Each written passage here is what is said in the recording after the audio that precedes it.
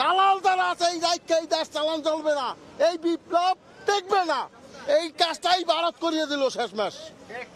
তিনি অভিযোগ করছিলেন যে এই প্রতিষ্ঠানটাকে আমরা বাঁচাই বা এই প্রতিষ্ঠানের আগুনটাকে আমরা নিভাই, আর কিছু বলার নাই। কি বলবো, আজ দেশ এই রকমের পরিস্থিতিতে একটা ফায়ার সার্ভিস দেখেন, একটা ফায়ার সার্ভিস থেকে আগুন ধরা নিভাচ্ছে, সেটাও বন্ধ করে দিচ্ছে। মানে পুরো বিল্ডিংটা জুড়ে আগুন জ্বলতেছে, পুরো বিল্ডিংটা। আসলে এখানকে স্থানীয়রা যারা আছেন তারা আসলে বলছেন যে অভিযোগ করছে ফায়ার সার্ভিসের যে অ্যাক্টিভিটি, সেই অ্যাক্টিভিটিস নিয়ে আসলে তারা অভিযোগ করছে যে ফায়ার সার্ভিসের যে কার্যক্রম, সেই কার্যক্রম নিয়ে অসন্তোষ প্রকাশ করছে এবং তারা বলছে ফায়ার সার্ভিস প্রয়োজনীয় যে পদক্ষেপ সেটি আসলে নিতে পারছে না বলেই আসলে আগুন নিয়ন্ত্রণে আসছে না এবং আগুন নিয়ন্ত্রণে আনতে পারছেন না, এবং এখানে যে স্থানীয় মানুষ আছে তারা আসলে ক্ষোভে ফেটে পড়ছে। অবশ্য পরিকল্পনা, কারণ প্রশাসনকাররা বিকালবেলা মিটিং করলো যে কমিশন যখন হইতেছে পদত্যাগ চায়, পদত্যাগ না করলে তারা আন্দোলন করবে, অচল করে দেবে। তারা মিটিং করার পরে দেখা গেল যে তারা বিকেলে বা সন্ধ্যার দিকে মিটিং করা শেষ করলো, গভীর রাতে আগুন জ্বলতেছে। আবার যারা দায়িত্বরত আছে তাদেরও ওইভাবে আমরা দেখতেছি না যে দায়িত্বশীলতার পরিচয় দেওয়া। কারণ বাংলাদেশের যেখানে ফুসফুস পড়ে যাচ্ছে, এখনো যদি প্রশাসন এবং যারা এর সাথে সংশ্লিষ্ট ব্যক্তিরা ঘুমিয়ে থাকে তাদের তো সমস্যা। তাদের তো কোনো কিছু যাচ্ছে না, যাচ্ছে জনগণের ঘামের টাকা যাচ্ছে। প্রশাসনের জাস্ট তাদের যে উপসচিব নিয়ে আসবে, এখানে যদি তাদের অ্যালার্জি থাকে, অথচ তারা যে জায়গায় কর্মক্ষম, যেটার উপর ডিপেন্ড করে বাংলাদেশ চলে, সেখানে আগুন জ্বলতেছে, তাদের কোনো পদক্ষেপ নাই। আবার আমরা দেখতেছি যে 12টা ইউনিট 13টা ইউনিট আসতেছে, এখন 12টা ইউনিট 13টা ইউনিট আসতেছে, তাদের যে কাজের অগ্রগতি তার কোনো আমরা অগ্রগতি দেখতে পারছি না। এবং একটু আগে যখন সাধারণ মানুষ আসে তাদেরকে বলতেছে যে ভাই গাড়ি আসতেছে, আপনারা গাড়িগুলোকে আটকানোর ব্যবস্থা করেন, এখানে তো কাজ করা যাচ্ছে, কিন্তু তারা কারো কথা শুনতেছে না।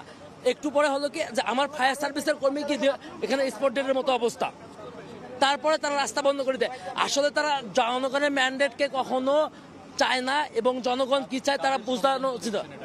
অবশ্যই হাসিনার দোষর যারা আছে তাদের এখানে ষড়যন্ত্র আছে। কারণ আমরা যদি দেখি যে বিগত সাল বা বিগত দিন আগুন লাগলো না, আজকে প্রশাসন ক্যাডার বা মিটিং করার পরে আগুন লাগলো, অবশ্যই হয় প্রশাসন ক্যাডার থেকে অথবা দোষরদের মধ্যে কেউ ইন্ধন যোগাইছে।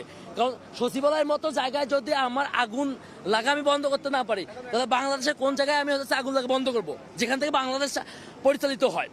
এবং আমরা এখন পর্যন্ত যদি দেখি যে তৎপরতা নাই, সেনাবাহিনীর তো হেলিকপ্টার আছে বা বিমান বাহিনীর হেলিকপ্টার আছে, তারা তো চাইলেই পারে যে এখানে যে আমি যার দ্বারা পরিচালিত হয় সেখানে আগুন লাগছে, অথচ আমি একটা গার্মেন্টস সেক্টরে বা একটা সাধারণ জায়গায় আগুন লাগলে যে ব্যবহারটা করি, সেই ব্যবহারটা যদি বাংলাদেশ সচিবালয়ের ক্ষেত্রেও করি, তাহলে তো অবশ্যই প্রশ্ন থেকে যায় যে আসলে যে যারা দোষর আছে এবং দোষরের যারা কর্মকর্তা এবং কর্মচারী আছে এবং অবৈধভাবে যাদেরকে নিয়োগ দেওয়া আছে, তারা চাইতেছে না যে বাংলাদেশ যে স্বাধীনতা অর্জন করেছে 24-এ, সেই 24-এর স্বাধীনতাটা দীর্ঘস্থায়ী হোক। তারা চাইতেছে যে কোনোভাবে বাংলাদেশকে অস্থিতিশীল তার মধ্যে রাখতে। আসলে আমরা যেটি আসলে দেখতে পাচ্ছি যে এখানকার যে শিক্ষার্থী সহ স্থানীয়রা আছেন তারা আসলে ক্ষোভে ফেঁসে উঠছেন, যে তারা বলছেন যে এই অব্যবস্থাপনা এবং সদিচ্ছার অভাবেই আগুন নিয়ন্ত্রণে আনা যাচ্ছে না। এবং আমরা যদি একটু এখানে আরেকজনের সাথে একটু কথা বলতে চাই যে আচ্ছা, আপনি আসলে কখন এখানে এসেছেন এবং কি অবস্থা দেখতে পেয়েছেন? আমি আধা ঘন্টা আগে আসছি এখানে। আধা ঘন্টা আগে আসার পরে এই জায়গায় ঠিক একটা ল্যাডার কাজ করতেছিল, ওটা কাজ করতে করতে পাশে ওই আগুনটা বৃহৎ আকারে লেগে গেছে। কিন্তু বাংলাদেশের এত ফায়ার সার্ভিসের এত ল্যাডার, এত গাড়ি, এত প্রযুক্তি থেকে লাভ কি? যদি এত বড় বাংলাদেশের একটা হৃৎপিণ্ড ফুলে যাচ্ছে, এটা যদি নিয়ন্ত্রণে আনতে না পারে, ফায়ার সার্ভিসের হেলিকপ্টার, আর্মিদের হেলিকপ্টার, পুলিশের হেলিকপ্টার, এরা বসে রেখে কি লাভ? ইনস্ট্যান্ট যদি এত বড় একটা কাজের যদি এটা কাজে লাগাতে না পারে, এগুলোর কোনো তো কার্যকরই নাই, এগুলোর কোনো দরকার। স্যার, বাংলাদেশের হৃৎপিণ্ড ফুলে যাচ্ছে, এটা আর ঘটনাগুলো তো একটা একটা মিলে যাচ্ছে। বিডিআর হত্যাকাণ্ডের যেই তদন্ত কমিশন হইলো তারপর থেকে একটা একটা ঘটনা আসতে আছে। প্রশাসন গেটের রাস্তায় নামে গেছে, বিডিআর এর আগের ডিজি পলাইতেছে। এভাবে এগুলো মিলাইলেই বাইরে হয়ে যায় যে তদন্ত মানে কিভাবে ষড়যন্ত্র হচ্ছে এটা।